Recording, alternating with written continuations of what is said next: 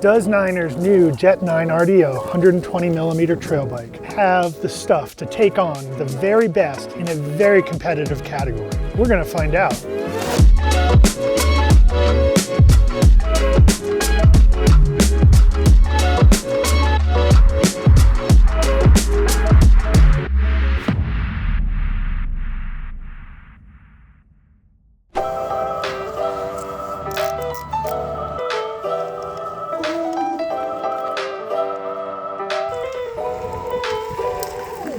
This new Jet 9 RDO is the latest version of Niner's long-running trail bike. The first version of this bike appeared 15 years ago. Now back then it was a very different place. The 29er full suspension trail bike was looked at very skeptically by riders, and this bike was almost a category unto itself. Now it's very different though. 29ers just dominate, and this 120-130 category, it is the most popular trail bike category, and it is filled with some of the most amazing bikes you can buy today. Like the previous generation, this Jet has 120mm of rear travel courtesy of Niner's CVA or constantly varying arc rear suspension. And on the front is a 130mm travel fork. Other than that, everything else is new. The most obvious change is the styling. The Jet gets the styling that Niner rolled out with the RIP in 2019. You can see that the tubes are a little bit straighter and the lines are crisper, but it's still unmistakably a Niner. Another change is the new trunnion mount shock. This allows them to package the rear suspension more compactly, and also allows them to make the rear triangle a little smaller too. And both of those things help bring down the bike's center of gravity. So this Niner Jet 9 is one of the very first bikes you can buy with Fox's new Float X shock. The shock is really awesome. It has a really supportive feel. And when you combine that with the anti-squat characteristics on this Jet 9, you got a lot of support, even when you're, like I just was, climbing out of the saddle, jamming on it. No sensation of sinking or bobbing, but that rear end is still tracking over all those little roots and rocks back there that are trying to get my wheels spin. Lots of traction with just a really nice, efficient feel. Another big change, hoses and housing run internally and they go through full-length tunnels, so fishing them through is super easy. And then there's this feature that I think is really cool. Niner calls it a wicket, and it's this little guide down by the bottom bracket that helps wrangle the rear brake hose and the rear derailleur housing.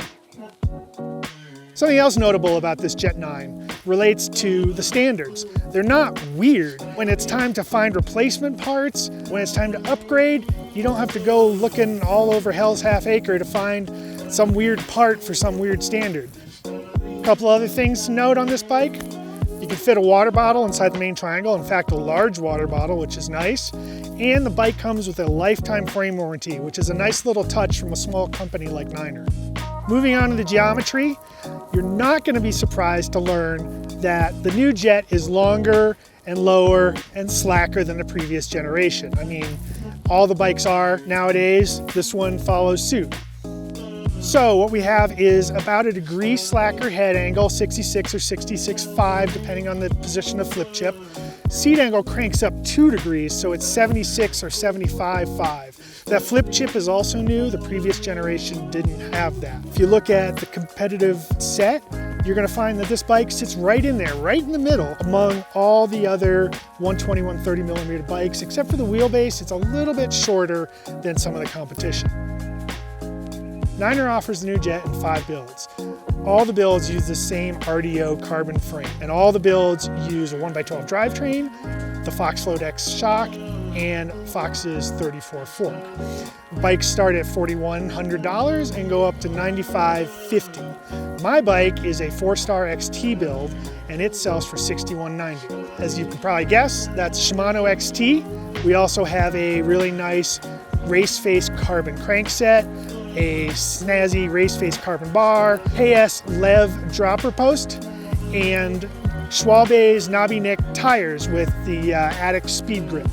Due to COVID parts shortages, my bike has industry dyne enduro wheels, but the bike you're going to see in shops is going to have a comparable, actually slightly lighter DT Swiss wheel set.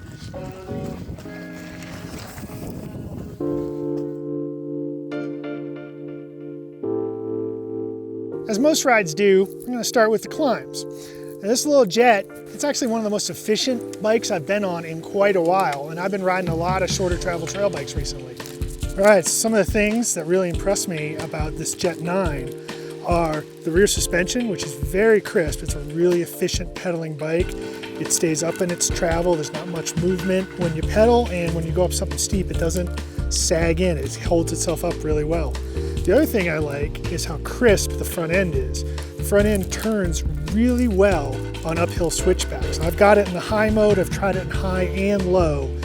For the high mode, because it's got that sharpness and that accuracy on uphill switchbacks that I really want in an all-purpose bike like this, and it doesn't lose too much on the downhills in the high mode either.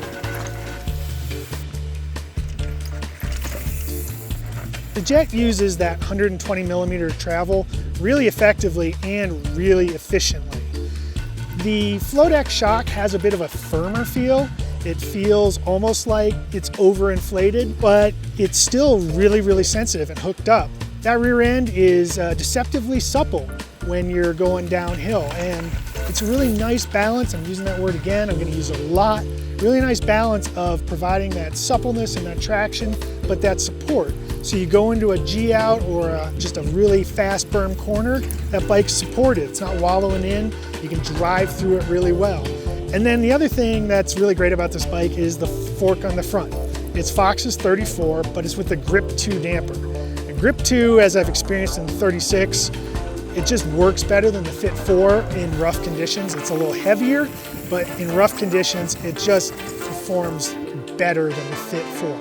It's stiff enough that the bike tracks well, but not over stiff so that when it's loaded up and you're cornering it, it doesn't get all, skittery and skippy. Now, not all trails are steep up, steep down. You've got those more gentle, flatter, graded trails in between. And in those spots, this Niner, it's fairly light and it's lively and accurate. So as you're carving your way down the trail, the handling is precise and smooth. There's no slop or sluggishness in there, and you can just carve your way down a trail at medium speeds with a bike that feels lively and sharp.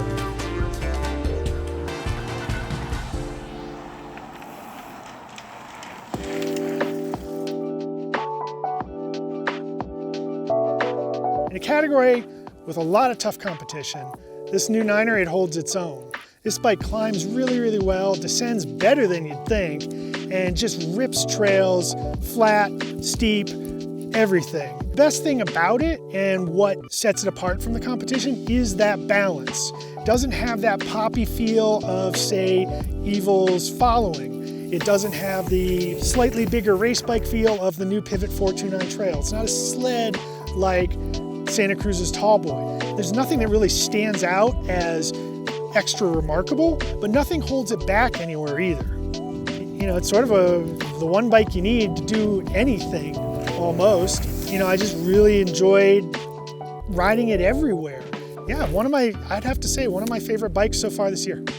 So tell me what you think. Does the new Niner Jet 9 RDO sound like your kind of trail bike?